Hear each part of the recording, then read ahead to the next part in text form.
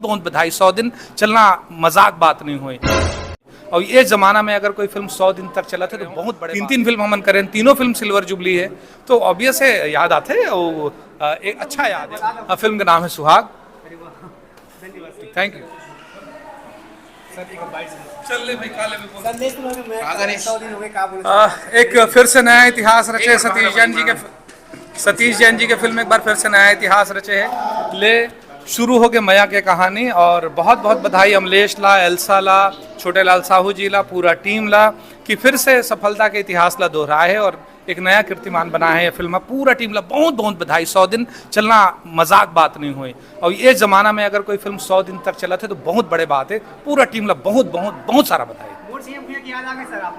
हाँ बिल्कुल आते। जब भी एक जो टीम आपके साथ काम करे, सतीश जी के साथ पहली बार फिल्म कर रहे हो, तीन फिल्म हमन करें, तीनों फिल्म सिल्वर जुबली है, तो ऑब्वियस है याद आते हैं। वो एक अच्छा याद है। और ये फिल्म का सक्सेसफुल है, पर बहुत बहुत बधाई। मोर मूवी आई बहुत जल्दी आई, मोर ख्याल से अगले साल आ जी। कौन सा मूवी सर बता दो। फिल्म का नाम है सुहाग। Thank you.